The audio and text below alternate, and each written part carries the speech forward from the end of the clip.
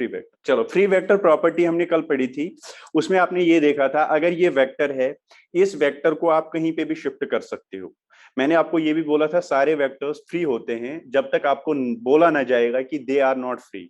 अगर आपको क्वेश्चन में लिखा गया है कि वेक्टर्स आर नॉट फ्री, तब आप बेटा उसको शिफ्ट नहीं कर सकते हो। और अगर कुछ नहीं लिखा है तो आपके लिए सारे वेक्टर्स क्या है बेटा, फ्री वेक्टर। मेरी बात क्लियर है? मेरी बात क्लियर है बेटा फ्री वेक्टर के बारे में? अच्छा, तो फ्री वेक्टर मैंने बोला था बेटा अगर ये फ्री वेक्टर है, आप इस फ्री वेक्टर को एक जगह से दूसरी जगह शिफ्ट कर सकते हो। बट दो चीजें आपको ध्यान देनी है। जब आप इसको शिफ्ट करोगे ना, आपको इसका मैग्नीट्यूड चेंज करना है, ना ही इसकी डायरेक्शन चेंज करनी है। ये दो इंपॉर्टेंट चीज है। ऐसा नहीं है कि आप इस वेक्टर, ये ऐसा है फिर आपने ऐसे कर लिया। मान लो मैग्नीट्यूड तो सेम ही है बट डायरेक्शन, मान लो ये वेक्टर ऐसे, आप इसको ऐसे नहीं कर सकते, ये फिर गलत हो जाएगा। Magnitude as well as direction should remain same. मेरी बात क्लियर है? फ्री वेक्टर प्रॉपर्टी है ना? चलो बेटा सही है। उसके बाद आपने देखा था एंगल बिटवीन वेक्टर्स, उस पे हमने क्वेश्चन नहीं किया था, हम क्वेश्चन एक दो करेंगे और भी उस पे। अच्छा, मैंने क्या बोला था एंगल बिटवीन वेक्टर्स? क्या बोला था मैंने बेटा जी?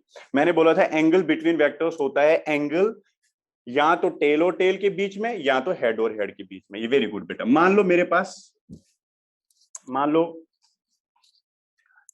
पास दो वेक्टर है, ये एक वेक्टर है बेटा, ये और एक वेक्टर है। ठीक है, कोई दिक्कत नहीं है। ये मेरे पास दो वेक्टर है, इस वेक्टर को मैं वेक्टर ए नाम दे दूंगा, इसको मैं वेक्टर बी नाम दे दूंगा। ठीक है बेटा, मैंने बोला था एंगल जो आपको देखना है वो या तो बिटवीन टेल टेल होगा या तो बिटवीन हेड हेड होगा। तो ये एंगल जो है बेटा, अभी ये वाला एंगल, ये this angle theta is the angle between A and B. मेरी बात क्लियर है? अब आप मुझे पूछोगे, आप तो पूछोगे नहीं, मैं खुद क्वेश्चन पूछता हूं ना। आप ये पूछ सकते हो, अरे सर आपने बोला एंगल बिटवीन टेल टेल और बिटवीन हेड हेड, ये वाला एंगल भी तो है। मेरी बात क्लियर है? आप ये तो नहीं कह सकते ना ओनली दिस एंगल। चलो ये तो है, ठीक है, ये भी एंगल बिटवीन टेल टेल है, बट ये भी तो एंगल है बेटा। दोनों सही है, ये एंगल हो या ये एंगल हो, ये दोनों एंगल बिटवीन द वेक्टर्स है। मतलब यहां पे आप ये भी कह सकते हो, एक तो angle between A and B theta है और एक है बेटा 360 माइनस थीटा। दोनों बेटा सही है क्योंकि ये वाला एंगल जो है ये 360 माइनस थीटा है। मेरी बात क्लियर है? मेरी बात क्लियर है कि नहीं है? यस। तो दोनों सही है बेटा। आपको जो भी क्वेश्चन में मिलेगा वो आपको आंसर करना है, लेकिन मैं आपको साथ में बोलूंगा मैक्सिमम टाइम पे आपको ये वाला मिलेगा। ऑलमोस्ट 95-98% क्वेश्चनों में आपको क्या मिलेगा बेटा, ये वाला एंगल। मतलब वो हमेशा छोटा एंगल लेता है। बट आपको ये, अगर किसी क्वेश्चन में आपको मिलेगा नहीं ये वाला एंगल, मान लो उसने बोला एंगल, मैं क्वेश्चन दे दूंगा, देखो बेटा कैसे। मान लो ये वेक्टर ए है, ये वेक्टर बी है। ठीक है बेटा जी? ठीक है, यहां पे लिख for example this is 60 degree. ठीक है, दिस इज 60 डिग्री। अभी आपको पता है angle between A and B कितना है? Angle between A and B कितना है बेटा, बताओ अभी? 60 डिग्री। मान लो नीचे ऑप्शन चार है, चारों में कोई नहीं है। मान लो आपके ऑप्शन एक है 50 डिग्री, बी ऑप्शन है 180 डिग्री, कुछ भी हो सकते हैं ऑप्शन। सी ऑप्शन है 300 डिग्री और डी ऑप्शन है 150 डिग्री। तो आप किसको टिक करोगे? किस ऑप्शन को बेटा? सी। Very good. तो यहां पे आप ये नहीं कह सकते हो सर चारों ऑप्शन गलत है, क्वेश्चन गलत है, ये नहीं कहोगे ना? मेरी बात क्लियर है? ठीक है, तो आप बोलोगे हाँ सर कोई दिक्कत नहीं, अगर नीचे चार ऑप्शन है, ये भी तो एंगल है इनके बीच में, इसमें क्या दिक्कत है? हमने तो डेफिनेशन देखा है एंगल बिटवीन टेल टेल और बिटवीन हेड हेड। हमने ये थोड़ी बोला इस छोटा सा एंगल लेना है, but most of the cases वो छोटा लेता है तो हमें कोई प्रॉब्लम नहीं है। तो इसका मतलब है यहाँ पे इसने ये एंगल लिए है, दैट इज 300 डिग्री। 360 माइनस 60 कर लिया तो 300। मेरी बात क्लियर है कि नहीं है? और बेटा जब भी हम कोई भी क्वेश्चन करेंगे आप हमेशा छोटा एंगल से ही काम करोगे। मेरी बात क्लियर है? आप यही एंगल कंसिडर करोगे, बट ये भी क्वेश्चन में आ सकता है, उस टाइम आप कंफ्यूज नहीं होगे। ठीक है, मेरी बात क्लियर है? ये लिखो जल्दी और ये क्वेश्चन भी लिखो। क्वेश्चन भी लिखो बेटा, ये क्वेश्चन है आपका और ये आपका तो कल का ही है। ठीक है, थीटा इज एंगल, एंगल क्या है थीटा, और आप और भी लिख सकते हो आप angle is equal to 360 minus theta, दोनों सही। ठीक है, लिखो जल्दी।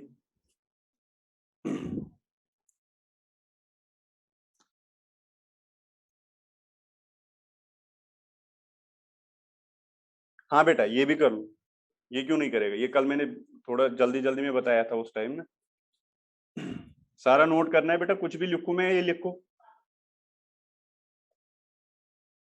Done, very good.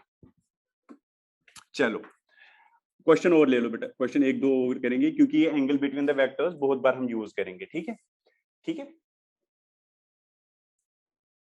कर लो बेटा आराम से, लिखो लिखो जल्दी बेटा, थोड़ा ना जल्दी। यहाँ पे अगर बेटा आपकी स्पीड कम है तो आप फिर इसको ना स्क्रीनशॉट लिया करो, कभी कभी आप पीछे हो जाओ, किसी बच्चे की स्पीड कम होती है लिखने की, उतना वेट नहीं कर पाएंगे बेटा यहाँ पे ना, एक तो एक ही घंटे का क्लास होता है ना, फिर थोड़ा सिलेबस पीछे रह जाएगा। ठीक है, आप जिसकी स्पीड बहुत कम है बेटा वो स्क्रीनशॉट भी लेके फिर बाद में लिख सकता है ना, वैसे मैं टाइम तो देता हूं। ठीक है, हो गया अब क्लियर? यस, ओके चलो अब आओ, क्वेश्चन करेंगे हम। मान लो बेटा आपके पास एक वेक्टर है और एक वेक्टर, ठीक है, ये वेक्टर ए है, ये वेक्टर बी है, ये एंगल दे रखा है मुझे बेटा जी 150 डिग्री। आपको पूछा है find angle between A and B, find angle between vectors.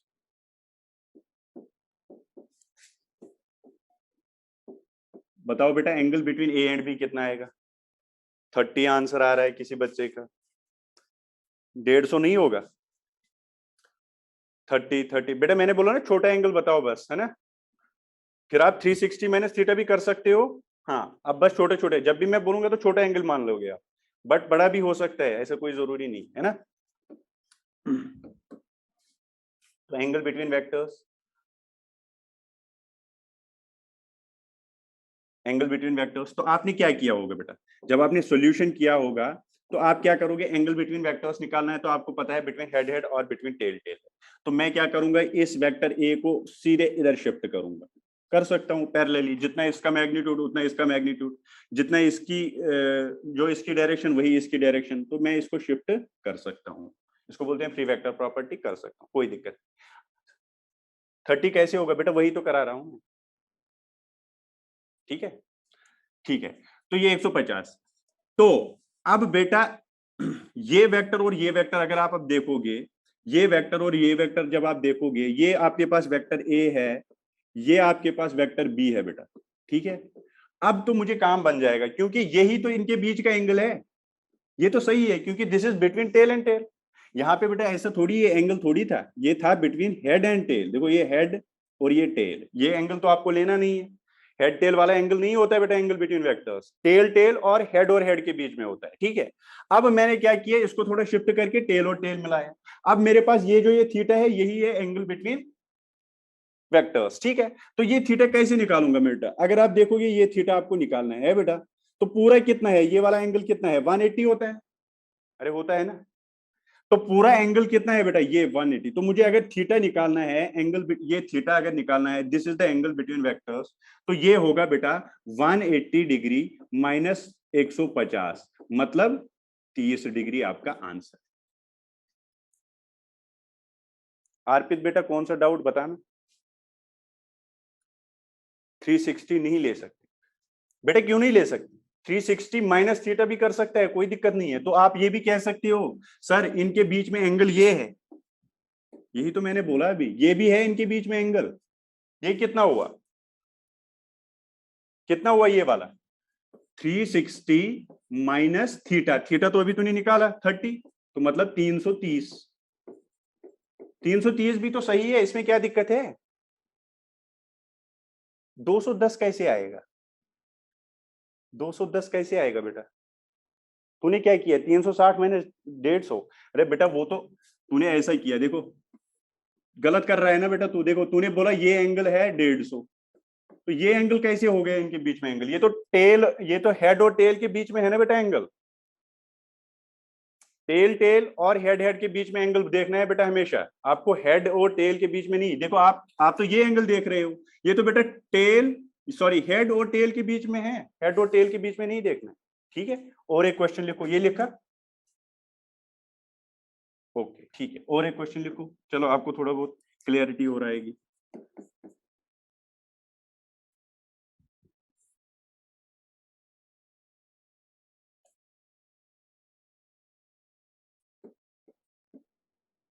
ये वेक्टर ए, ये वेक्टर बी। बताओ angle between A and B.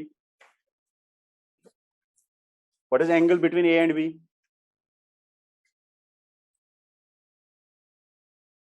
क्या पता कैसे चलेगा बेटा? 120 है ये, 120। हेड दे रखा होगा ना बेटा, तुझे दे रखा होगा क्वेश्चन में। ये देखो हेड दे रखा है, ये टेल हेड, टेल हेड। तो ये अभी एंगल इनके बीच में नहीं है। आपको समझ आ गया? तो आप क्या करोगे बेटा? अब क्या करोगे, देखो ये एंगल तो है नहीं, ये तो मुझे पता चला क्यों नहीं है। क्योंकि क्योंकि बेटा जी ये एंगल जो है 120 डिग्री, ये किस किस के बीच में है? टेल और हेड के बीच में। देखो ये हेड और ये टेल, तो ये एंगल नहीं है। मुझे टेल और टेल या हेड और हेड के बीच में। तो मैं क्या करूंगा, इस वाले वेक्टर को आगे शिफ्ट करूंगा। ये कर दिया। थ्री वेक्टर प्रॉपर्टी मैंने यूज कर ली बेटा, ए वेक्टर को मैंने इधर शिफ्ट कर दिया। अब देखो, अब जो एंगल बन गया इनके बीच में वो कुछ ऐसा बनेगा। ये बेटा आपके पास बी वेक्टर, ये आपके पास ए वेक्टर। मेरी बात क्लियर है? अब एंगल कौन सा है इनके बीच में? ये एंगल तो सही है ना, this is the theta between the A and B. तो ये थीटा है। तो आपने क्या किया, इस वेक्टर को उठा के इधर किया। ये किया क्यों आपने? ताकि आप तभी तो एंगल निकाल सकते हो। आपको तो या तो टेल टेल आपको जोड़ना पड़ेगा, या तो हेड और हेड। ठीक है बेटा? ठीक है बेटा, वीर मैं करूंगा बेटा रिपीट। तो ये एंगल थीटा है। अब ये निकालना है आपको। तो ये थीटा, देखो आपको ये एंगल चाहिए, ये थीटा निकालना है आपको। ये पूरा कितना है? 180। तो आप करोगे थीटा जो आएगा 180 माइनस कितना करोगे बेटा? 120। तो कितना हुआ? 60 डिग्री। तो 60 इज योर आंसर। तो मतलब इस वेक्टर और इस वेक्टर के बीच में जो एंगल है वो 60 डिग्री है। आपको लग रहा था 120, 120 कैसे है बेटा? ये तो टेल और हेड के बीच में है। हाँ बेटा 300 भी आप कंसिडर कर सकते हो, उसमें भी कोई दिक्कत नहीं है। क्या मेरी बात क्लियर है? निशांत को अंडरस्टैंड नहीं हुआ? निशांत को अंडरस्टैंड नहीं हुआ? चलो मैं और एक एग्जांपल ले लूंगा।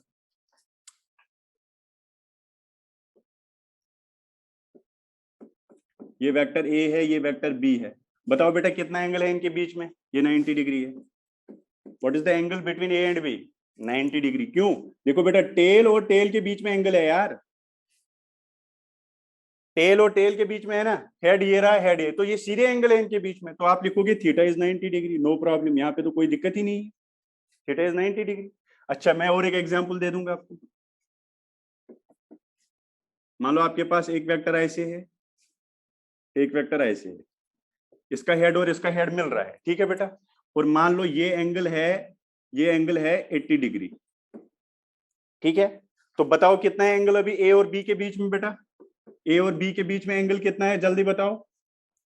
80 डिग्री। Very good. क्योंकि एंगल किस किस के बीच में है? हेड और हेड। अगर कभी हेड और टेल के बीच में एंगल नहीं होगा तो बेटा आपको उसको कैसे कैलकुलेट करना है? आपको एक को शिफ्ट करना पड़ेगा।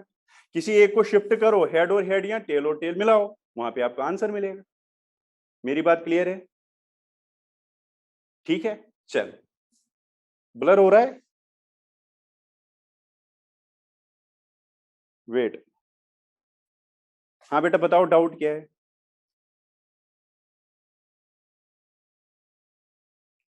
नमन बोलना, डाउट क्या है बेटा? पता कैसे चलेगा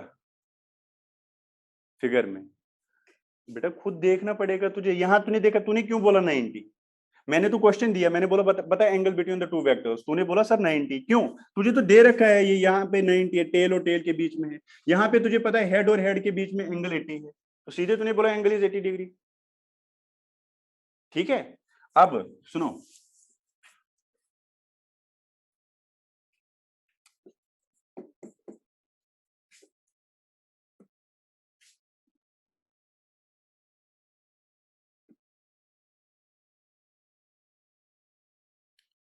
चलो दो ही ले लो, आप कंफ्यूज हो जाओगे।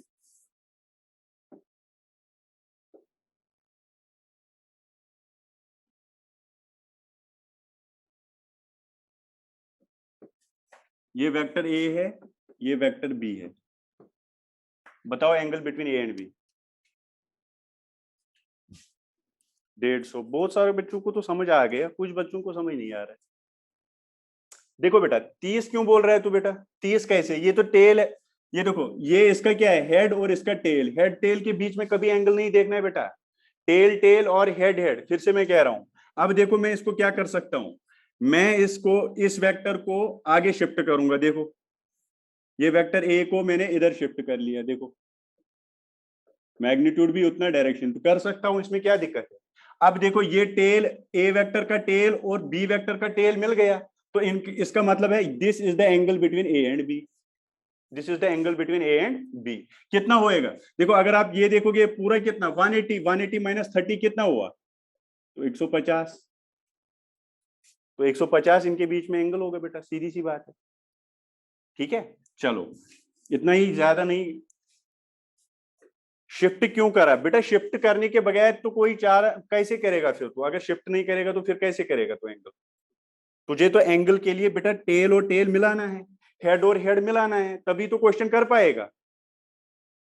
अब मैंने बोला फ्री वेक्टर प्रॉपर्टी आपको कहता है कि आप वेक्टर को एक जगह से दूसरी जगह ले सकते हो, कोई दिक्कत ही नहीं है, तो ले जा, बट उसकी डायरेक्शन और इसका मैग्नीट्यूड वैसे ही रहने दे।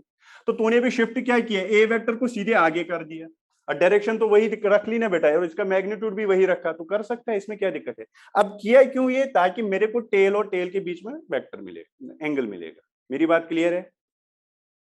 Is this clear to all?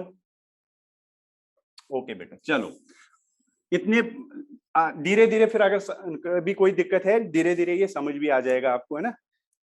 ठीक है बेटा, चलो अगर पूरा क्लियर भी नहीं है तो ये आगे समझ आज भी जाएगा, आप चिंता ना करो। ठीक है, अब देखो बेटा, ये हमारे वेक्टर का जो हमें जानना था ना, वेक्टर के बारे में, एंगल बिटवीन वेक्टर्स, वेक्टर को कैसे रिप्रेजेंट कर लिया, टाइप्स ऑफ वेक्टर, ये तो हमने सीख लिया, कोई दिक्कत नहीं। हाँ सर ये तो पक्का क्लियर हो गया। अब बेटा आपको वेक्टर अलजेब्रा पे आना है। किस पे? Vector algebra. वेक्टर अलजेब्रा पे आना है बेटा। चलो अब तो सीख लो वेक्टर को जोड़ना। आज तो फोर्थ लेक्चर है बेटा, वेक्टर अलजेब्रा। क्या बेटा? Vector algebra. अगर हम देखेंगे कि वेक्टर अलजेब्रा में क्या क्या पढ़ना है हमें, पढ़ना है वेक्टर एडिशन। बेटा लिखा करो ये, वेक्टर एडिशन। दूसरा वेक्टर सब्ट्रैक्शन।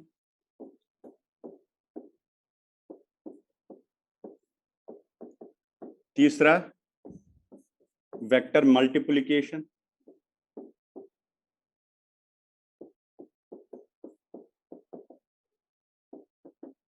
और चौथा, फोर्थ, बेटा फोर्थ बताओ। कुछ भी नहीं, very good. Vector division is not permissible. ठीक है बेटा, तो वेक्टर डिवीजन हमें नहीं करना है, यहाँ वेक्टर डिवीजन की बात ही नहीं होगी, वो परमिसिबल ही नहीं है, ना हम वो कर सकते हैं। तो हमें वेक्टर अलजेब्रा में बेटा तीन चीज पढ़नी है। क्या पढ़ना है? Vector addition, vector subtraction, vector multiplication. Accordingly हम पढ़ेंगे। पहले हम पढ़ेंगे वेक्टर ऐड करना, फिर हम वेक्टर सब्ट्रैक्शन सीखेंगे, और फिर हम क्या सीखेंगे बेटा? Vector multiplication. ठीक है? ठीक है बेटा, चलो अब मेरी बात सुनो। जो ये वेक्टर एडिशन है, अगर आपने ध्यान दिया होगा जब आप फर्स्ट सेकंड क्लास में बचपन में थे, तो आपने पहले सीख लिया था कि हाँ अब हमें नंबर सीख लिया, नंबर आते हैं 1 2 3 4 सीख लिया, फिर आपने ऐड करना सीख लिया। पहले कितने को सीखा आपने ऐड करना? 2 नंबर को या डायरेक्ट 3 4 को? 2 नंबर को। तो वही हम यहाँ पे भी करेंगे, क्योंकि अभी आप बच्चे हो ना बेटा, आपको तो वेक्टर के बारे में कुछ पता नहीं है। तो हम क्या सीखेंगे? दो दो वेक्टर को पहले हम सीखेंगे, कैसे जोड़ेंगे, कैसे सब्ट्रैक्ट करेंगे, कैसे मल्टीप्लाई करेंगे। ठीक है बेटा? तो फिर हम जब 2 फिर 3, वैसे यहाँ पे हमें मैक्सिमम यही आता है, ज्यादा आपको क्वेश्चंस जो मिलेंगे 2 वेक्टर को ही जोड़ना आता है, होता है यहाँ पे। ठीक है, यहाँ ज्यादा नहीं होता, बट हम सीखेंगे बेटा, वो मैं बताऊंगा, वाई डिवीजन है ना, वो मैं बता दूंगा, आप चिंता ना करो। मैं खुद क्वेश्चन पूछता हूँ, खुद ही आंसर भी दे दूंगा। ठीक है? तो वेक्टर एडिशन, वेक्टर एडिशन मुझे क्या है? वेक्टर एडिशन पहले मैं सीखूंगा 2 वेक्टर को क्या करना बेटा? ऐड करना। मेरी बात क्लियर है? 2 वेक्टर को जोड़ना पहले हम सीखेंगे, फिर सब्ट्रैक्शन सीखना है, फिर मल्टीप्लिकेशन सीखना है। बट एक बात मेरी बात ध्यान सुनो, वो आप यहीं पे लिखोगे। फॉर एनी वेक्टर ऑपरेशन, किसी भी वेक्टर ऑपरेशन के लिए, चाहे एडिशन, चाहे सब्ट्रैक्शन या मल्टीप्लिकेशन। ठीक है बेटा? ठीक है बेटा, देखो वेक्टर ये हो जाएगा, खुद ठीक हो जाएगा। ठीक है? Vector addition, vector subtraction and vector multiplication. मैंने बोला कोई भी आपको ऑपरेशन करना है, चाहे ऐड करना है, चाहे सब्ट्रैक्ट करना है, चाहे मल्टीप्लाई करना है, ठीक है बेटा। आपको, तो मैं यहाँ पे लिखूंगा for any vector operation, for any vector operation मतलब एडिशन, सब्ट्रैक्शन और multiplication, we need complete information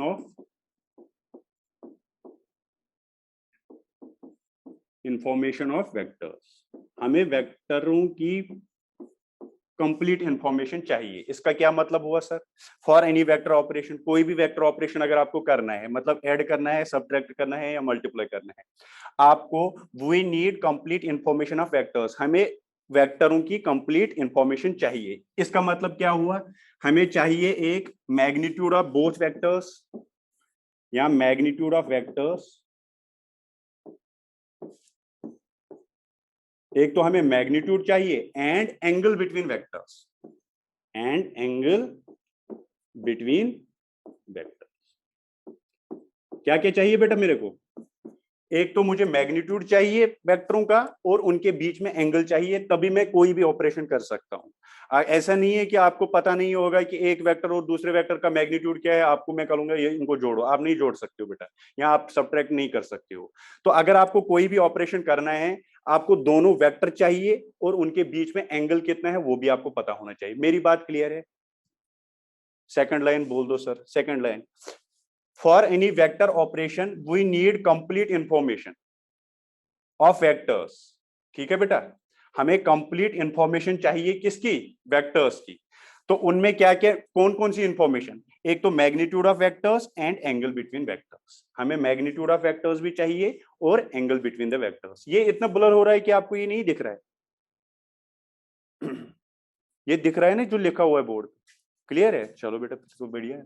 तो फॉर एनी, ये आपने ये ध्यान रखा, अगर आपको मैं बोलूंगा दो वेक्टर मैं दे दूंगा, मैं बोलूंगा बेटा इनको जोड़ो, तो आप बोलोगे सर पहले इनके बीच में एंगल बताओ और ये दोनों का मैग्नीट्यूड भी बताओ, तभी मैं बता सकता हूं, अदरवाइज मैं नहीं बता पाऊंगा। ठीक है, चलो बेटा आपकी तरफ से कोई दिक्कत होगी? ठीक है,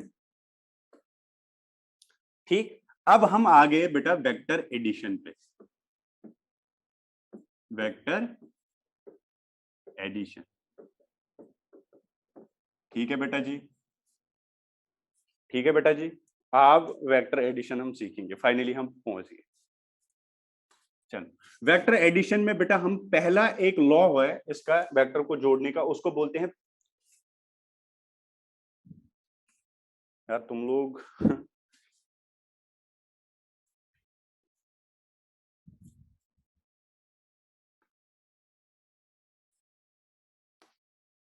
हो गया? ये हो गया, पहले लास्ट स्लाइड मैंने वापस कर दी।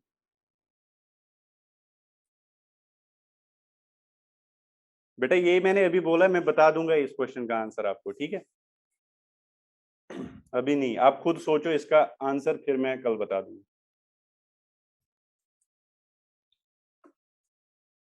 ठीक है, चलो। तो अब यहां पे पहला लॉ जो है उसको बोलते हैं parallelogram law of vector addition.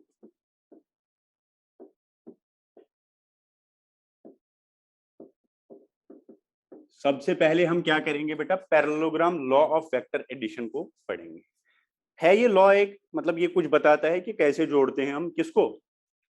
Vectors को। और पहले हम किसकी बात करेंगे बेटा? टू वेक्टर्स की। हम किन वेक्टर्स को जोड़ना सीखेंगे? Two vectors. फिर बाद में, पहले जब आप दो वेक्टर सीखोगे फिर ही तो आप तीन चार की बात करोगे ना। तो पहले हम वेक्टर एडिशन टू वेक्टर को जोड़ेंगे और उसके लिए हम पहला लॉ ले लेंगे, उसका नाम है क्या बेटा? Parallelogram law of vector addition. मेरी बात क्लियर है? वेक्टर ऑपरेशन में सबसे पहला ऑपरेशन हमने कौन सा उठाया? वेक्टर एडिशन का। पहले एड ही तो करना सीखा आपने फर्स्ट क्लास सेकंड क्लास में, दो नंबरों का सीख लिया, तो यहाँ पे भी हम दो वेक्टर का सीखेंगे। बेटा है यूट्यूब पे है, रिकॉर्डिंग आपको मिलेगी, मैंने वो इसमें शेयर कर ली। अब पढ़ाई के टाइम बेटा ये क्वेश्चंस मत पूछा करो, है ना, फिर डिस्टर्ब हो जाता है ना, क्योंकि मैं वो पढ़ता हूँ तो मैं फिर ठीक है ना। अभी पढ़ाई के रिलेटेड क्वेश्चन पूछो, लास्ट 5 मिनट में दे दूंगा, जो भी पूछना है पूछ लेना आराम से, अभी पढ़ाई के related. Parallelogram law of vector addition, parallelogram law of vector addition बेटा ये एक लॉ है जो हम यूज करेंगे किसको, दो वेक्टर को क्या करने के लिए, ऐड करने के लिए। देखो बेटा क्या कहता है, पैरेललोग्राम पता है ना किसको बोलते हैं, ये आपके पास बेटा पैरेललोग्राम है, ठीक है। चलो हाँ सर ये तो पैरेललोग्राम है। पैरेललोग्राम ऐसा कहता है कि अगर आप दो एडजेसेंट साइड्स वेक्टर लोगे किसी पैरेललोग्राम के, एडजेसेंट साइड्स होते हैं बेटा जो ये दो साइड्स होते हैं एडजेसेंट, ये और ये होते हैं अपोजिट, ये बात क्लियर है ना। These are called adjacent sides. This and this is adjacent side. Parallelogram ऐसा कहता है, पैरेललोग्राम लॉ ये कहता है कि अगर आप किसी पैरेललोग्राम के दो एडजेसेंट साइड्स लोगे एज वेक्टर्स, ठीक है ले लिया, हाँ सर ले लिया कोई दिक्कत नहीं, वो कहता है इन दोनों का रिजल्टेंट, मान लो बेटा ये ए वेक्टर है और ये बी वेक्टर है, ठीक है, वो कहता है इन दोनों को अगर आपको जोड़ना है, जो उनका रिजल्टेंट आएगा वो एक वेक्टर होगा जो डायगोनल के अलोंग होगा, मतलब जो डायगोनल पैरेललोग्राम की होगी वही आपका रिजल्टेंट वेक्टर होगा आर। मेरी बात क्लियर है, this is called parallelogram law, ठीक है बेटा जी। तो मतलब पैरेललोग्राम लॉ ने हमें ये बोला कि R vector is equal to A vector plus B vector. What is R vector, R vector is the diagonal vector जो along the diagonal of the parallelogram. मैं स्टेटमेंट लिखवाऊंगा बेटा, पहले आप बात सुनो है क्या।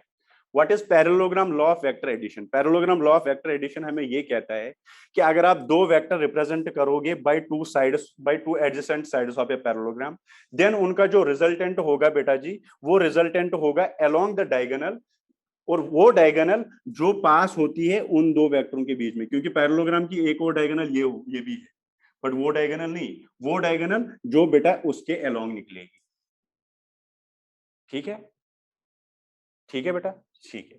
अब सुनो मेरी बात, ठीक है, देखो पहले स्टेटमेंट लिखवाऊंगा मैं, ये बात समझ आई आपको पहले। What is parallelogram law of vector addition, parallelogram law of vector addition मुझे ये कहता है कि पैरेललोग्राम की दो एडजेसेंट साइड्स ले लो एज ए वेक्टर्स, मतलब इसको रिप्रेजेंट करो वेक्टर से, उनका रिजल्टेंट जो होगा वो डायगोनल होगी, और वो डायगोनल कौन सी होगी, जो पास होगी ए और बी के थ्रू, ठीक है बेटा। बेटा अब मैं लिखवाऊंगा स्टेटमेंट, फिर इसको समझेंगे आराम से, ठीक है। देखो स्टेटमेंट लिखो, ठीक है।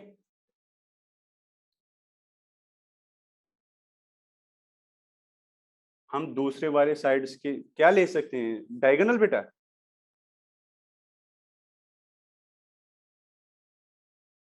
तो टू एडजेसेंट साइड्स दे रखा है, वहां पे ये नहीं लिखा है कि ये ले लो और ये ले लो, जो आपकी मर्जी है वो ले, हो जाएगा तो ये ले तो कोई भी ले लो, एडजेसेंट साइड्स लिखा है बेटा बस, कोई भी जो आपकी मर्जी है बट एडजेसेंट्स होने चाहिए, ठीक है। देखो स्टेटमेंट लिखो,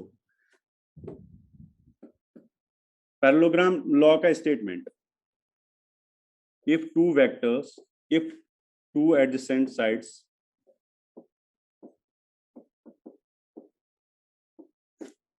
if two adjacent sides of a parallelogram, if two adjacent sides of a parallelogram are represented by two vectors,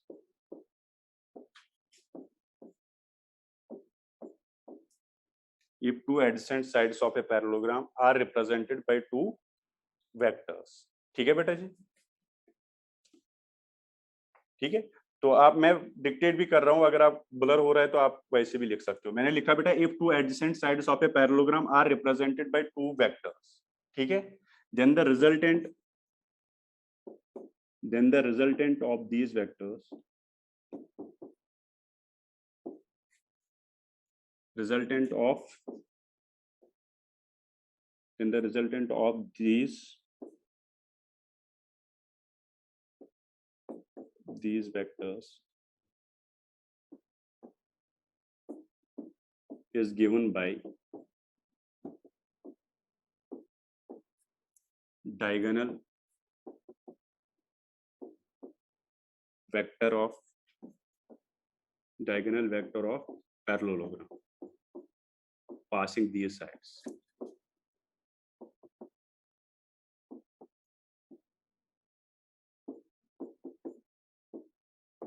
लिखो, पूरा स्टेटमेंट लिखो। जिसको ब्लर हो रहा है बेटा मैं डिक्टेट करूंगा। देखो मैंने क्या लिखा, if two adjacent sides of a parallelogram are represented by two vectors, ठीक है, मतलब अगर दो वेक्टर आप रिप्रेजेंट करोगे किसी कोई भी दो adjacent sides of a parallelogram, ठीक है, कर लिए, मतलब ऐसे एक और दूसरा, मान लो ये पैरेललोग्राम है, ठीक है बेटा जी, ये पैरेललोग्राम है, आपने एक वेक्टर को एक साइड से और दूसरे वेक्टर को दूसरी साइड से क्या कर लिया, क्या कर लिया बेटा, रिप्रेजेंट कर लिया, ठीक है। पहले दो लाइन्स तो यही कह रहे हैं, फिर ये कह रहा है इन दोनों का then the resultant of these vectors, इन दोनों का रिजल्टेंट देन कौन देगा, is given by diagonal vector. Diagonal तो पता है आपको, दिस इज डायगोनल वेक्टर, और ये साथ में लिखा है of parallelogram passing these sides.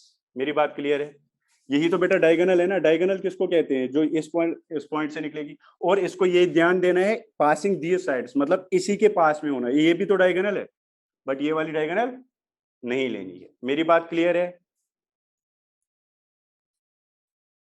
बीच वाली साइड, वेरी गुड बेटा, मतलब बीच वाली डायगोनल जो होगी वही लेना है, इसलिए मैंने लिखा लास्ट में पासिंग दीज साइड्स, जो इन दो साइडों के बीच में से पास हो जाएगी, ठीक है, क्लियर है।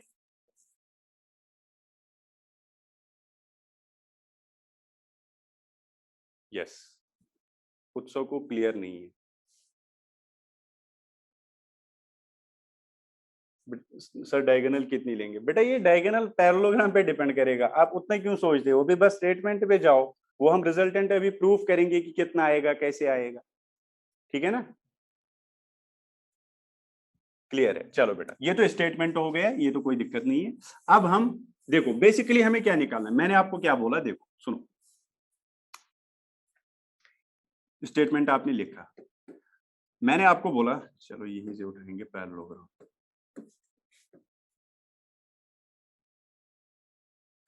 ठीक है बेटा, ठीक है,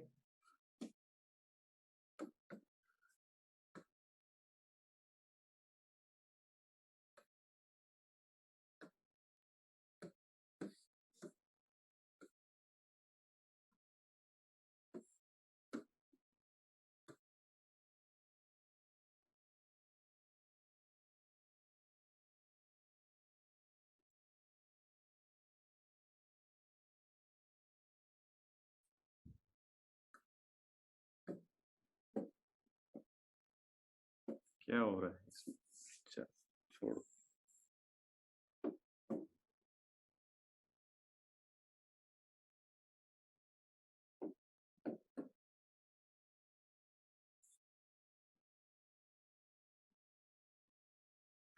ठीक है बेटा, ठीक है, चल ये थीटा है, पहले ये बताओ ये angle between A and B है कि नहीं,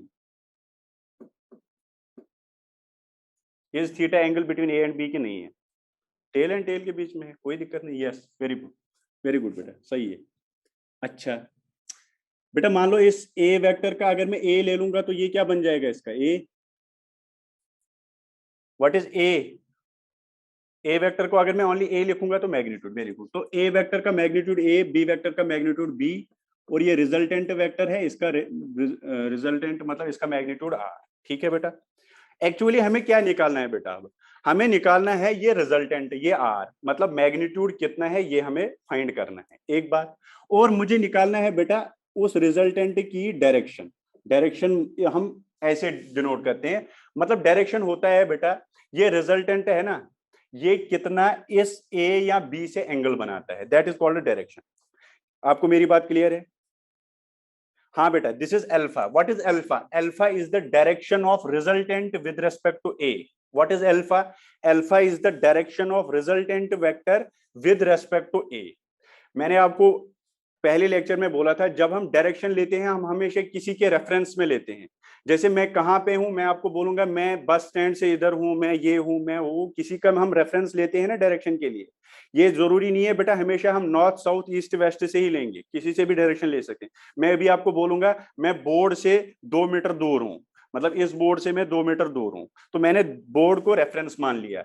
इस बार जब हम रिजल्टेंट निकालेंगे बेटा, तो हम रिजल्टेंट देखेंगे ए से कितना दूर है, उसको हम बोलते हैं alpha. So what is alpha? Alpha is the direction, लिख लेना, alpha is the direction of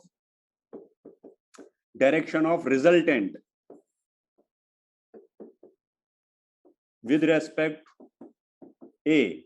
मतलब रिजल्टेंट वेक्टर का जो डायरेक्शन है वो है alpha with respect to A. कोई बोलेगा सर हमें जरूरी थोड़ी है कि हम हमेशा ए से लेंगे। नहीं बेटा, कोई जरूरी नहीं है। आप बी से बोलो तो बीटा ले लो, तो आप लिखोगे यहां पे बीटा, तो आप लिखोगे beta is the direction of resultant with respect to B. यहां पे विद रेस्पेक्ट टू बी लिखोगे, बस ये चेंज हो जाएगा। ठीक है, इसको बोलते हैं बेटा with respect to, W R T होता है विद रेस्पेक्ट टू। ठीक है, मेरी बात क्लियर है? कोई बोलेगा एक्चुअली हमें क्या होता है बेटा, जब दो वेक्टर आप जोड़ोगे आपको कोई कुछ मिलेगा, वो तो वेक्टर ही होगा ना। और उस वेक्टर को दो चीजें आपको फाइंड करनी पड़ती हैं, एक तो उसका मैग्नीट्यूड, एक तो उसका डायरेक्शन।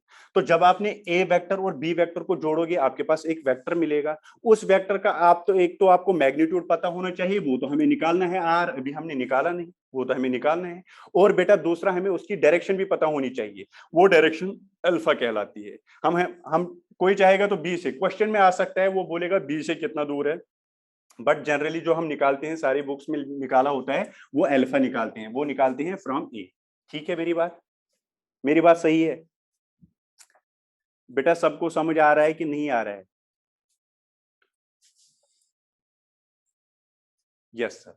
तो मैंने बेटा आपको क्या बोला, पैरेललोग्राम लॉ में हम क्या करेंगे, अब हमें निकालना है रिजल्टेंट, एक तो ये आर, और इस रिजल्टेंट को पूरी इंफॉर्मेशन नहीं होगी, इसके मुझे डायरेक्शन भी निकालनी पड़ेगी। और मैंने खुद बोला, मान लो ये अल्फा दूरी है किससे, ए से, और बीटा दूरी है किससे बेटा, बी से। तो हम अल्फा निकालेंगे, मैं आपको फिर लास्ट में बोलूंगा कि बीटा हम कैसे इजीली फाइंड कर सकते हैं। ठीक है, तो ये आपने लिखा, ये दोनों पॉइंट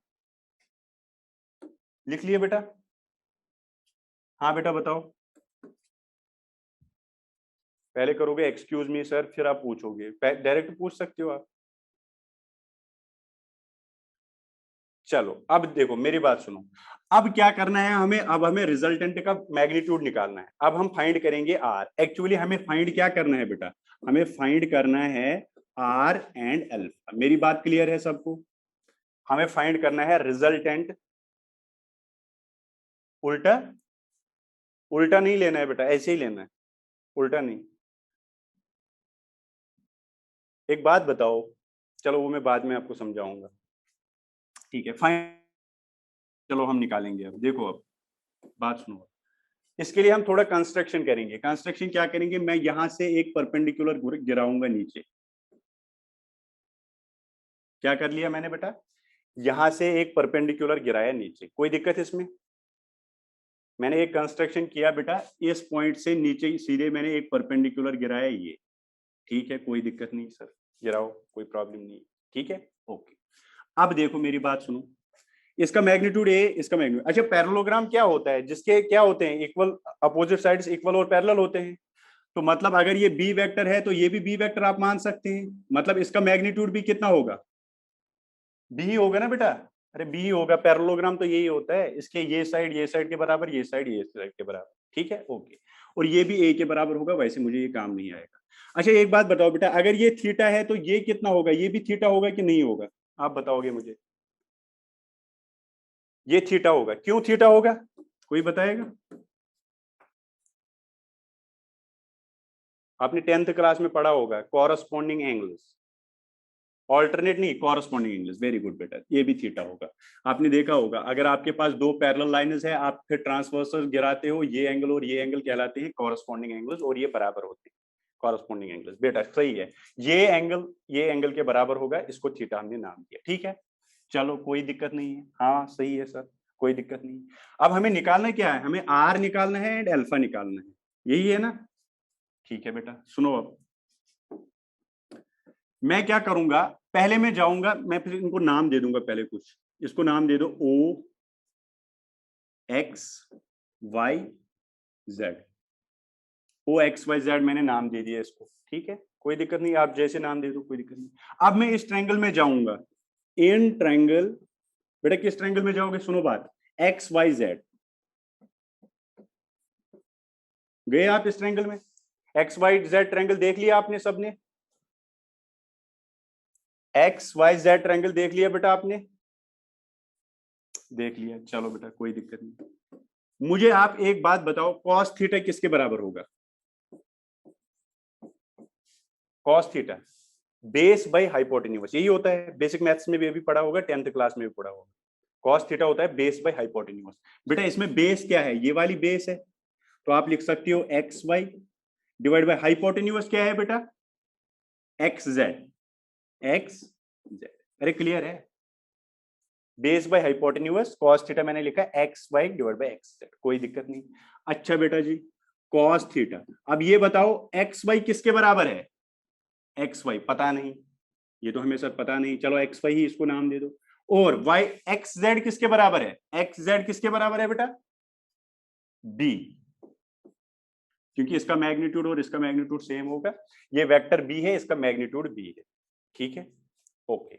सर कॉस क्यों लिया, कॉट क्यों नहीं लिया, बेटा कॉस इसलिए लिया, ये हमें डिराइव करनी है ना, ये कॉस इसलिए लिया ताकि मुझे एक्स वाई मिले, ये एक्स वाई को मुझे निकालना है, अगर मैं कॉट लेता ना बेटा, ये वाला साइड तो मुझे पता ही नहीं है।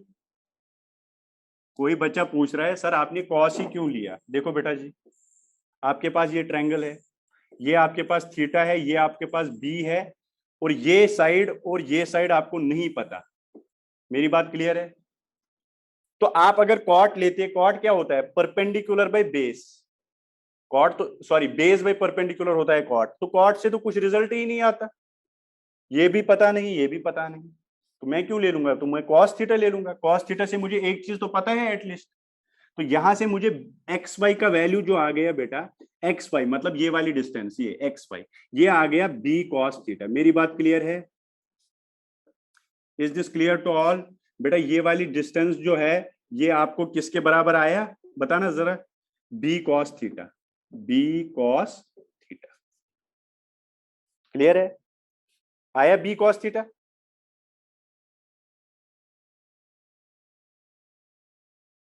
यस ठीक है, चलो अब बेटा हम क्या निकालेंगे, अब साइन थीटा यूज करो आप, क्या यूज करोगे, साइन थीटा, इसी ट्रायंगल में, in same triangle sine theta निकालो बेटा, साइन थीटा किसके बराबर आएगा, साइन थीटा क्या होता है, perpendicular by hypotenuse, very good, तो परपेंडिकुलर क्या है इसमें, देखो X Y sorry Z X, यहां वाई जेड डिवाइड बाई, यही तो परपेंडिकुलर है, डिवाइड बाय हाइपोटेन्यूज क्या है, वही क्या बेटा, एक्स जेड, बताओ क्लियर है, मेरी बात क्लियर है, यस, तो अब अगर आप देखोगे तो वाई जेड किसके बराबर, वाई जेड पता नहीं सर, बट एक्स जेड तो आपको पता है, X Z X Z X Z B के बराबर है, तो आप लिखोगे sine theta is equal to Y Z divide by B, और आप ऐसा लिख सकते हो, वाई जेड किसके बराबर आया बेटा, B sine theta, B sine theta, Y Z कहाँ है, वाई जेड ये आ गया बेटा आपको किसके बराबर, ये आ गया बी साइन थीटा, चलो ठीक है, ये वाली हाइट जो है इसकी ये आ गई बी साइन थीटा, मेरी बात क्लियर है, इसीलिए मैंने साइन और कॉस लिया बेटा, टेन कॉट नहीं ले सकता हूं मैं, क्योंकि दो मुझे एक साइड तो दे रखा है ना, ये तो आपने वही वही 10th क्लास में जब आप वो ट्रिग्नोमेट्री के क्वेश्चंस करते हो तो उनमें आप अकॉर्डिंगली देखते हो ना, साइन लगाऊं कॉस लगाऊं टेन लगाऊं, साइन तब लगाते हो जब आपको वो उसी के अकॉर्डिंग साइड दिए होंगे, परपेंडिकुलर और हाइपोटेन्यूज, है ना, वैसा ही है ना, अब टेन कॉट नहीं लगा सकते क्योंकि उनसे हमें कोई इंफॉर्मेशन नहीं मिलेगी, चलो बेटा जी ये तो क्लियर हुआ, मतलब मैंने बी कॉस थीटा और बी साइन थीटा निकाला, सर हमें ये तो निकालना नहीं था, बट बेटा ये हमें डिराइव करने के लिए काम आ जाएगा, इसीलिए हमने ये निकाल दिए। अब मैं आपको बताऊं, अब मैं आपको ये यहां तक हो गया नोट डाउन, यहां तक नोट डाउन कर लिया, यहां तक हो गया बेटा जी, ओके बेटा, तो फिर मैं इसको मिटाऊंगा यहां तक, तो मैंने वो वैल्यू लिख ली है, B cos theta B sine theta, ठीक है, मुझे बस ये मैंने फाइंड कर लिया, वो मैंने यहाँ लिख लिया, ठीक है, चलो अब फिर से आ जाओ। अब देखो किस ट्रायंगल में आओ, इन ट्रायंगल ओ, इसका नाम क्या था, Y, O Y Z, in triangle O Y Z. बेटा जाओ in triangle O Y Z, ये राइट एंगल ट्रायंगल है कि नहीं बेटा, वाई है ये, वाई, ये वाई है, ठीक है जी। In triangle O Y Z, ठीक है, ये राइट एंगल ट्रायंगल है, यस सर है। तो इसको मैं hypotenuse square is equal to base square plus perpendicular square लिख सकता हूं, ठीक है जी। यार चलो पिंक यूज करूंगा, ठीक है। अब देखो इस ट्रायंगल में मैं लिख सकता हूं ओ जेड का स्क्वायर, यही तो यहां हाइपोटेन्यूज है, is equal to O Y का स्क्वायर मतलब base square plus perpendicular square that is Y Z का स्क्वायर। अरे बेटा जी लिख सकता हूं कि नहीं लिख सकता हूं, हाइपोटेन्यूज स्क्वायर होती है base square plus perpendicular square, Pythagoras theorem, yes sir लिख सकते हैं। अब बताओ ओ जेड कितना है, बताओ ओ जेड कितना है, ओ जेड बताओ बेटा, आर, वेरी गुड, मैग्नीट्यूड तो आर है ना, वेक्टर आर है, मैग्नीट्यूड ही तो लेंथ होती है, तो लेंथ कितनी है इसकी, आर, तो आपने लिखा आर स्क्वायर, कोई दिक्कत नहीं, लिखो कोई दिक्कत नहीं। ओ वाई बताओ बेटा जी, ओ वाई, ओ वाई कहाँ है, ये रहा ओ वाई, यहां से यहां तक, ध्यान से देख लेना, ओ वाई बेटा यहां से यहां तक, तो ये मैं लिख सकता हूं क्या, O X plus X Y, yes, मैं इसको लिख सकता हूं O X plus X Y का स्क्वायर, ठीक है जी, प्लस वाई जेड कितना है, वाई जेड तो निकाला आपने बेटा, देखो Y Z B sine theta, इसीलिए अभी निकाला था, ये मुझे पता था ये काम आने वाला है ना, बी साइन थीटा का है होल स्क्वायर। ये बात सबको क्लियर है, ठीक है जी बेटा, यार ये कलर अच्छा ही नहीं है, ठीक है।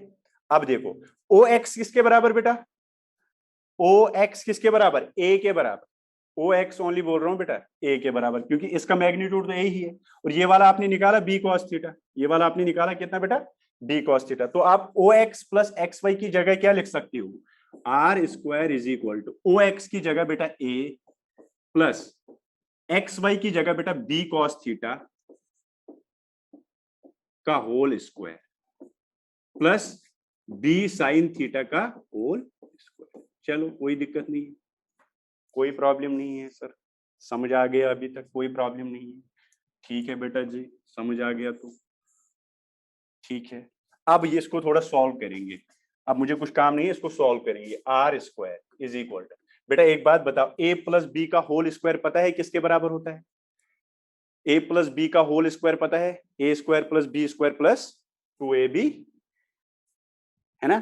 चलो तो मैं लिखूंगा A square plus B square मतलब B square cos square theta plus 2ab मतलब 2ab cos theta,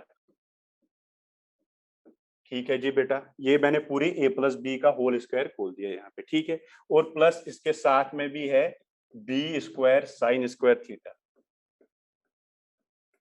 B square sine square theta, ठीक है, ठीक है जी। चलो ये स्क्वायर जो होता है ना बेटा होल स्क्वायर, इसको आप ऐसे लिख सकते हो बी स्क्वायर और साइन स्क्वायर थीटा, एक ही बात है, इसमें कोई दिक्कत नहीं है, साइन थीटा का होल स्क्वायर या साइन स्क्वायर थीटा एक ही बात, मेरी बात क्लियर है, कोई कंफ्यूज ना हो जाए सर ये आपने ऐसे क्यों लिखा, इसमें कोई दिक्कत नहीं है। चलो बेटा ठीक है, अब मैं क्या लिखूंगा, देखो R square is equal to, देखो इसमें और इसमें बेटा मैं बी स्क्वायर कॉमन निकालूंगा, किस किस में, बी कॉस स्क्वायर थीटा और B square cos square theta और B square sine square theta में क्या निकालूंगा बाहर, बी स्क्वायर, तो क्या आ जाएगा, देखो ये ए स्क्वायर तो एज इट इज प्लस, इससे मैंने बी स्क्वायर जब कॉमन निकाला तो यहां बचा कॉस स्क्वायर थीटा और यहां क्या बचेगा बेटा प्लस साइन स्क्वायर थीटा, चलो ठीक है, हाँ जी, और प्लस ये तो है ही कितना, प्लस 2ab कॉस थीटा,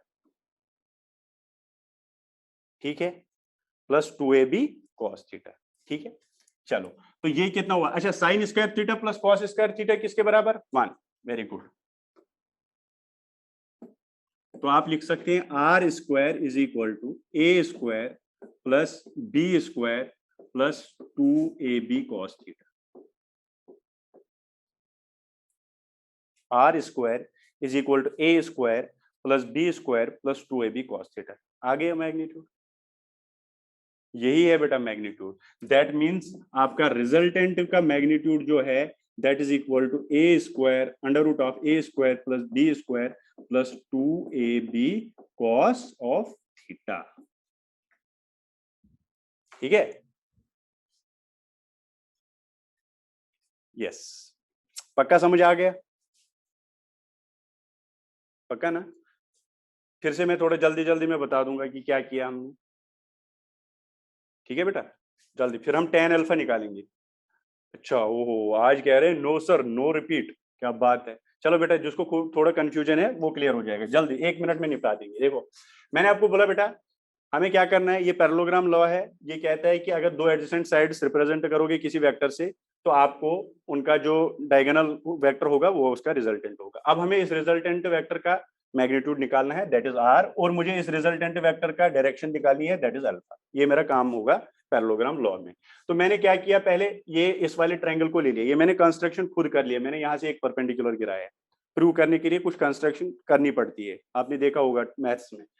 तो ये इस ट्रायंगल में जब मैंने देखा तो ये वाली डिस्टेंस मैंने निकाली b cos थीटा, तो ये निकाली मैंने b sin थीटा। सिंपल सी मैंने इसको sin थीटा और cos थीटा वाली फॉर्मूला लगाई। उसके बाद मुझे OX पता है, ये A है, और ये भी पता है और ये भी पता है, और मैं मतलब इस पूरे ट्रायंगल में मेरे को दो साइड पता है, तो मैं इसका मैग्नीट्यूड निकाल सकता हूँ बाई पाइथागोरस थ्योरम। मैंने बस पाइथागोरस थ्योरम लगाई, R square is equal to this square plus this square. फिर उसको थोड़ा सॉल्व कर लिया, यहाँ पे a प्लस बी का होल स्क्वायर फॉर्मूला खोल ली, यहाँ पे बेटा बी स्क्वायर और बी स्क्वायर कॉमन निकाला, sine square theta plus cos square theta 1 होता है, वो 1 लिखा, तो मेरे पास रिजल्टेंट आ गया। और ये रिजल्टेंट आपको बेटा रात के 2 बजे भी याद होना चाहिए, मतलब ये आपको कभी भूलना नहीं है। कौन सा resultant? Under root of A square plus B square plus 2ab cos theta. मेरी बात क्लियर है? ठीक है जी बेटा। अब मैं क्या कर रहा हूं, अब मैं क्या करूंगा, tan निकालूंगा, tan अल्फा। ठीक है बेटा जी, अल्फा निकालना है मुझे अब। ठीक है, ठीक है, देखो अब मुझे क्या निकालना है बेटा, अब मुझे निकालना है tan अल्फा। मैंने तो मैग्नीट्यूड निकाला, जो मेरा रिजल्टेंट है उसका मैग्नीट्यूड तो मैंने निकाला, बट डायरेक्शन तो मुझे चाहिए, क्योंकि वेक्टर का मैग्नीट्यूड भी होता है और डायरेक्शन भी होता है। मैग्नीट्यूड से ही काम नहीं चलता है, डायरेक्शन भी होना चाहिए। तो डायरेक्शन निकालने के लिए now for direction, now for direction, पानी पानी, नाउ फॉर डायरेक्शन, डायरेक्शन के लिए क्या करूंगा मैं,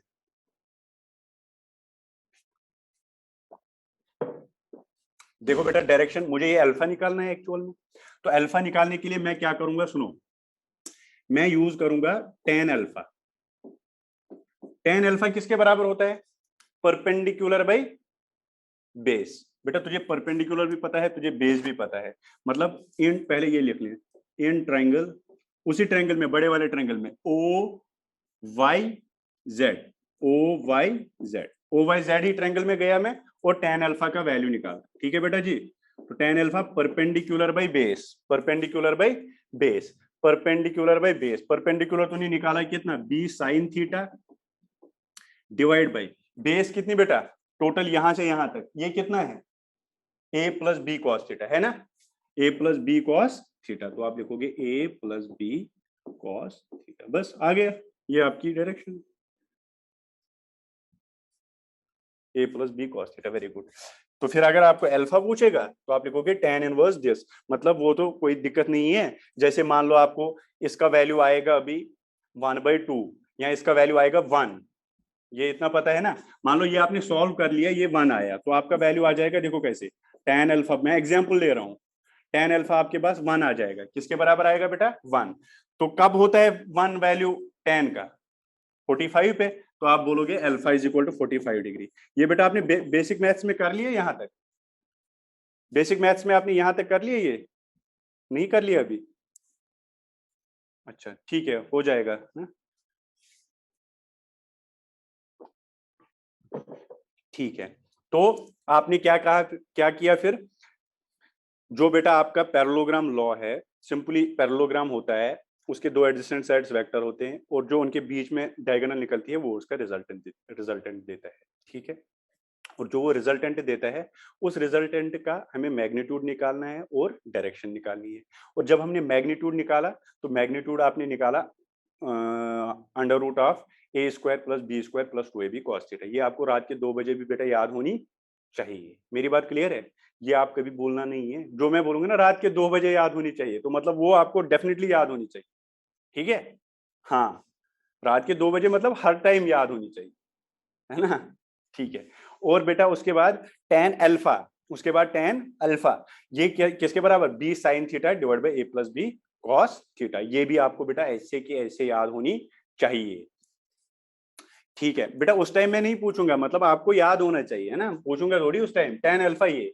अच्छा ठीक है सर, ये तो है, बट सर आपने कोई बीटा बोला था अभी, तो आप उसने उसके बारे में कुछ नहीं। बेटा अगर बीटा होगा तो आपको यही फॉर्मूला याद रखनी है, आप पहले अल्फा निकालो और फिर जब बीटा होगा वो होगा बेटा थीटा माइनस अल्फा। सिंपल सी बात है, क्योंकि थीटा तो पूरा है, थीटा तो डेफिनेटली वो वहां से देगा बेटा, थीटा के बगैर काम नहीं चलने वाला। मैंने पहले ही बोला कोई भी ऑपरेशन करना है, angle between vectors, magnitude of both the vectors तो होना ही चाहिए। अब आप बोलोगे सर ये तो वैसे ही है, देखो आपका आर किसके बराबर आया, under root of A square plus B square plus 2ab cos theta. बेटा ये आर कब निकाल पाओगे आप, जब आपके पास ए का मैग्नीट्यूड पता हो, जब आपके पास बी का मैग्नीट्यूड पता हो और जब आपके पास थीटा पता हो।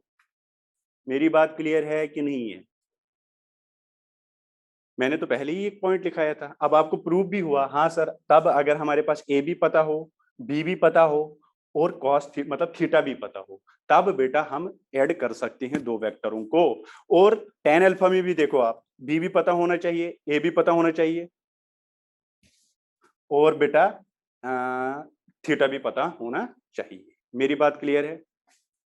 ठीक है। हाँ बेटा, बोर्ड नहीं दिख रहा है। अब तो बेटा क्लास हो गया, कल अब हो जाएगा, है ना, क्लास अब हो गया। अब हम इस पे डिस्कस कल करेंगे, ये जो हमने रिजल्टेंट निकाला इससे कैसे कैसे क्या क्या हम कर सकते हैं वो कल करेंगे। फुल क्लियर है? अब कोई बच्चा जिसको क्लियर नहीं हुआ आज का लेक्चर मुझे बताओ, बाकी कोई कुछ नहीं लिखेगा, ओनली वो स्टूडेंट लिखेगा जिसको क्लियर नहीं हुआ आज का लेक्चर। बेटा लिखो अगर क्लियर नहीं हुआ, क्योंकि मैं फिर कुछ और तरीके से समझा सकता हूँ, तो मतलब सबको क्लियर है, ठीक है बेटा। फिर भी मेरी बात सुनो, फिर भी अगर आपको किसी भी टाइप की दिक्कत लग रही है आप मुझे कांटेक्ट करो, कॉल करो, मैं आपको आराम से समझाऊंगा कि क्या क्या कैसे कैसे होता है। डायरेक्शन और मैं सर इस topic for example, sir module के क्वेश्चंस करने कौन से, लेफ्ट साइड। बेटा एक बात बताओ, मैंने अभी आपको नहीं दिया ना डीपीपी कोई भी, तो आप समझो कि अभी उतना हुआ नहीं कि हम डीपीपी करेंगे, मिल जाएगी, आप चिंता ना करो, मैं खुद दे दूंगा डीपीपी और आपको सॉल्व करनी पड़ेगी। अभी बस आप जो पढ़ रहे हो उसको एक बार नोट्स को पढ़ लो, इतना काफी है अभी, ठीक है, ठीक है ना। सर आपका फोन नंबर ये वाला है? नहीं बेटा, फोन नंबर ग्रुप में है ना, ग्रुप में नंबर होगा, ग्रुप में नंबर होगा बेटा, जो जो ग्रुप में है सबको नंबर वहां पे, मैं तो ये भी डालता हूँ, वीडियो लेक्चर्स वगैरह भी तो उसमें डालता हूँ मैं, और मैंने मैसेज भी की थी आपको, ठीक है। बाकी कोई भी दिक्कत है आप मेरे से कांटेक्ट कर लेना, कोई भी प्रॉब्लम नहीं होगी, ठीक है।